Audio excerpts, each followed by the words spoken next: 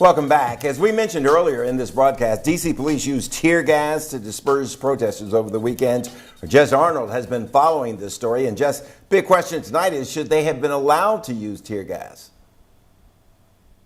Yeah, and that question comes from the fact, Bruce, that just last month, Mayor Muriel Bowser signed into law that emergency police reform legislation that prohibits tactics like that against First Amendment protesters. So that is the first question I brought to senior fellow on the First Amendment with the Freedom Forum, Gene Policinski. Per that ordinance, were police allowed to use chemical irritant?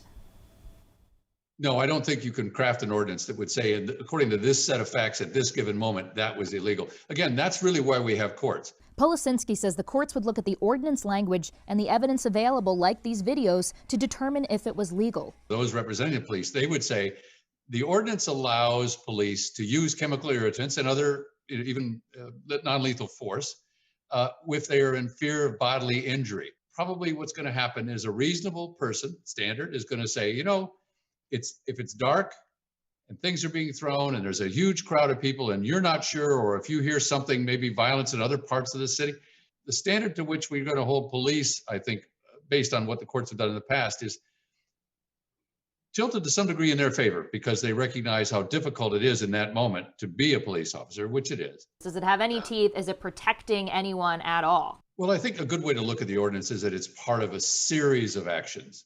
So that, there's an ordinance on the books which says what police should do and makes clear that they should not use these, non-lethal weapons or chemical irritants to break up an assembly that is simply peaceful, that is First Amendment. And remember, the First Amendment does not protect violent conduct.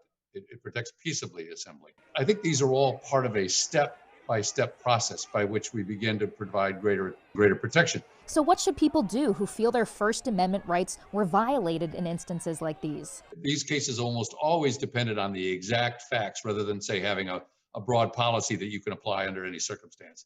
So again, preserving those facts through video, through eyewitness testimony is very important. Now, the author of that initial reform bill, Councilmember Charles Allen, sent me a statement that reads in part, "Everyone's welcome in the district to peacefully protest, and I expect the police department and other law enforcement agencies to hold that right sacred. That said, I do not condone violence by or against the government." Now, he also mentioned that there is a hearing set on police reform legislation on October 15th. I'll send it back to you.